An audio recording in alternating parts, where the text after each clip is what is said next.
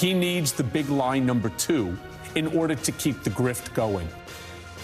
We have several reporters in place covering all of the big stories of the day for us. We're going to go first to NBC's Vaughn Hilliard in Las Vegas, where Trump held that rally last night at this pivotal moment. Vaughn.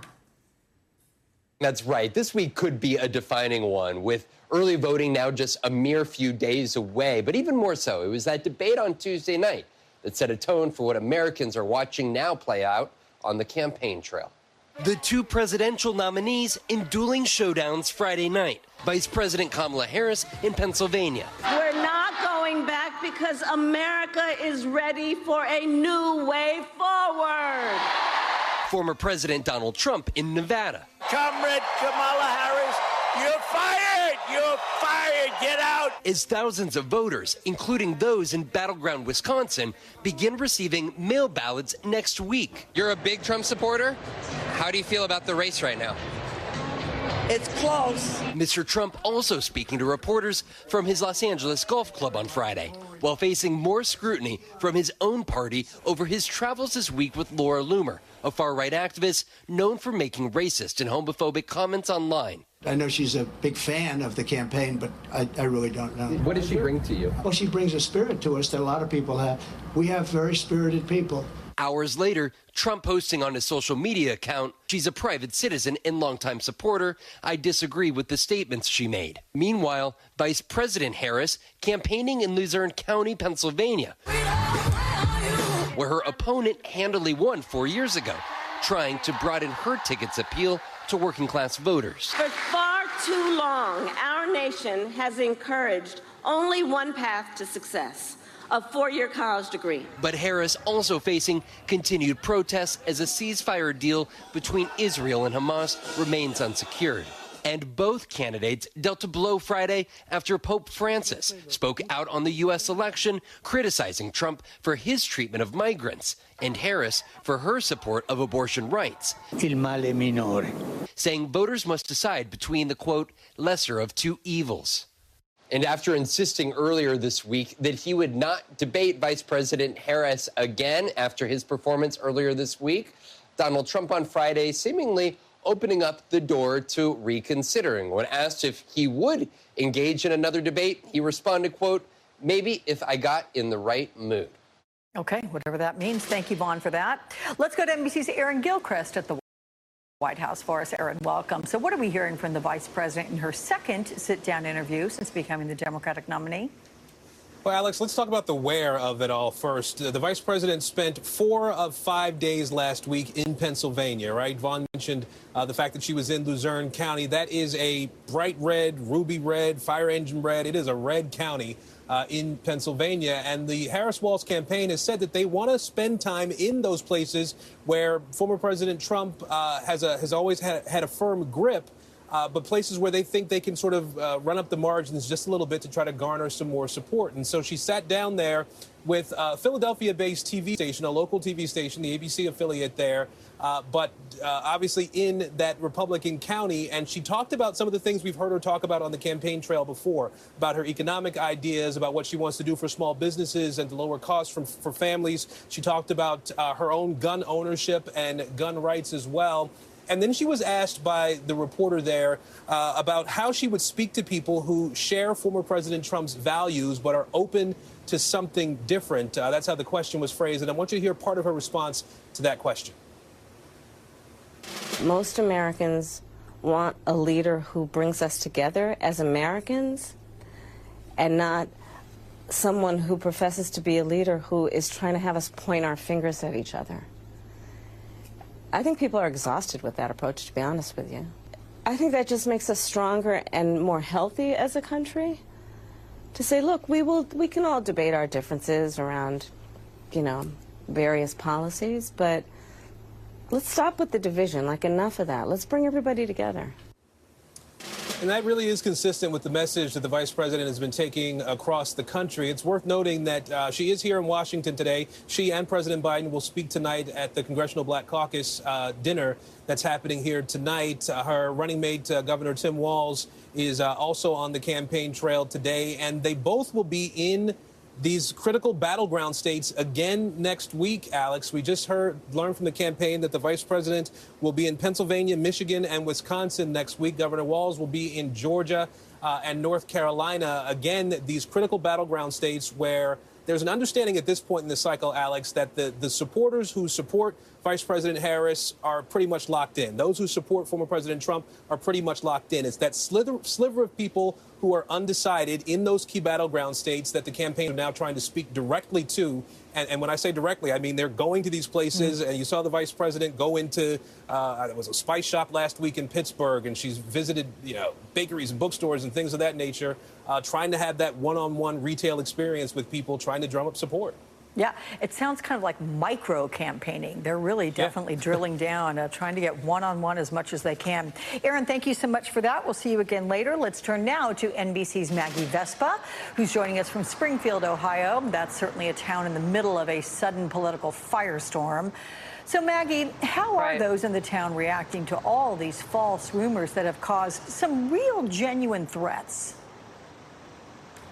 Real genuine threats. And actually, Alex, the biggest headline of the day is we are now on day 3, the 3rd straight day of bomb threats closing buildings here in Springfield, Ohio. The last 2 days, we saw multiple schools, elementary schools even closed. We saw government buildings closed. The FBI said they were investigating. And now today, add that hospital behind me to the list. Administrators here at Kettering Health saying this morning they were informed by local police that a bomb threat had been made against their facility. So they went into temporary lockdown. Police and security had to search the building. They say they found nothing suspicious. And city officials have been really clear. They say this chaos all kind of started mounting when earlier this week, President Trump on that debate stage repeated false and viral claims that Haitian immigrants in this community have been stealing and eating people's pets. And again, that is a false, city officials say, conspiracy theory that kind of found an amazing amount of life online. It is now being perpetuated by the former president. The mayor of this town has been really blunt about how hard and how overwhelming this has all been since it really kind of rocketed into the national conversation. Here's part of what he had to say. It's definitely frustrating. I mean, what we need in Springfield is we need help, not hate. We need people to believe the best about our community and the best about themselves as citizens there. And we need those that have a national stage, that have a microphone that is having millions and millions of people. We need them to understand what their words are doing to cities like Springfield, Ohio. And that mayor has also been open about how this kind of didn't really happen in a vacuum. Basically, there has been a large influx of Haitian immigrants to this community in the last 4 to 5 years, something like 10 to 15,000 immigrants during that time who basically came here for factory jobs and a low cost of living. And city officials have said there have been tensions, but it really escalated when these Facebook posts started popping up claiming that pets were going missing and kind of indicating that maybe some of the immigrants were to blame. And then it just took off like wildfire. And to that point, one final point, NBC News has now spoken to a woman. Her name is Erica Lee, and she's the woman behind one of those viral posts claiming that her neighbor's cat was kidnapped and saying that it may have been at the hands of Haitian neighbors. She tells us at NBC News she has now deleted the post, that it was wrong, that she misinterpreted a neighbor's story. She just texted me, quote, "I messed up royally," and she said she never meant to cause so much hate against this one group of people. So, Alex, again, the frustration here mounting, the chaos mounting, and we're just kind of here on the ground seeing where this goes from here. It is so disturbing that people are making bomb threats against schools, against a hospital on a Saturday morning. It's just nuts. But let me ask you quickly with regard to the Haitian immigrants. Yeah, 100%. The Haitian immigrants, are they fearful at all for retribution, for people coming at them for these falsehoods? Oh, of course they are. Of course they are. We had our team here earlier this week, and they told us point blank they fear for their lives. And we should note a lot of them don't want to go on camera. We've had really one kind of representative of the community speak to us about that point. That's why you haven't seen a lot of people speaking out, because they are fearful. One family telling a local paper that they woke up one morning to a window broken and acid thrown on their car. So make no mistake about it. They are fearful. They say the violence is real, and a lot of them are afraid to speak out. So we're hearing those stories as best we can as this all plays out.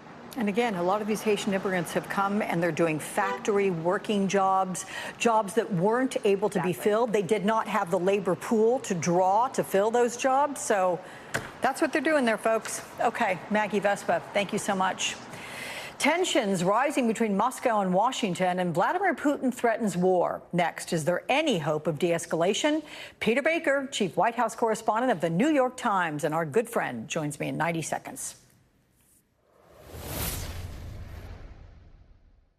Not so fast. The general's coming with you. Mom! He gave us a break on our car insurance, and he'll look after you, too. Yep, with flexible payment options. Okay, but why is Shaq coming, too? To show you how it's done. For a great low rate, go with the general. Life has twists and curls, but you define them and make them bounce. Tresemme Flawless Curls Defining Mousse. 24-hour hydrating curl definition. Style your life the way you want. Tresemme. Style your way. Psst, psst.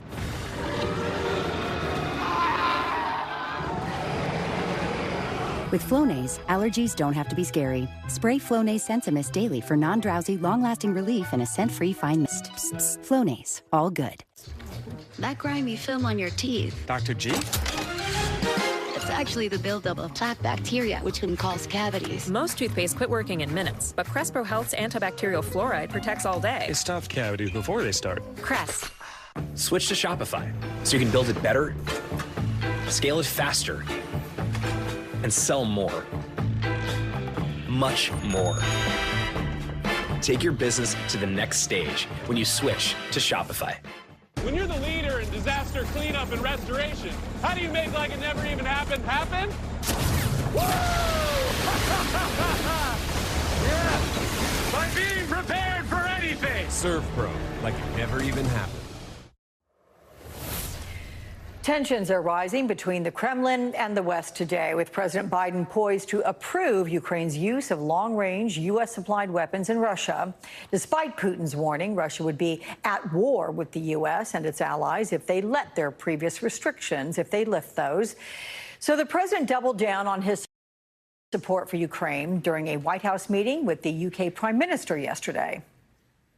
The United States is committed to standing with you to help Ukraine as it defends against Russia's onslaught and aggression. Clear that Putin will not, make it clear, Putin will not prevail in this war, and the people of Ukraine will prevail.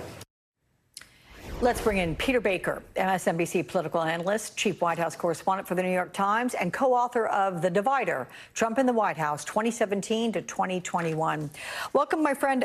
Checking out your new article, Peter, you write this issue would come to a head during that bilateral meeting. Did it, and what is the calculus around allowing Ukraine to use the long-range weapons? I mean, is there an obvious strategic purpose, advantage to it? Yeah, there's a real debate going on right now about this in the West and in Washington in particular. If you ask the Defense Department, what they will say is they don't think it's a good idea to allow Ukrainians to use these ATACMS. That's what they call these long-range weapons, in part because they say 90% of the air bases that we're talking about in Russia that are mounting these attacks on Russia are outside of the range of those weapons anyway. And therefore, on the one hand, it wouldn't do as much good as people hoped it would do. And on the other, there's a worry, obviously, and President Biden has, nursed this worry, I think, for more than 2 years of escalation. And that's why he has sort of slow rolled at times the provision of certain weapons, worrying that if he gave Ukraine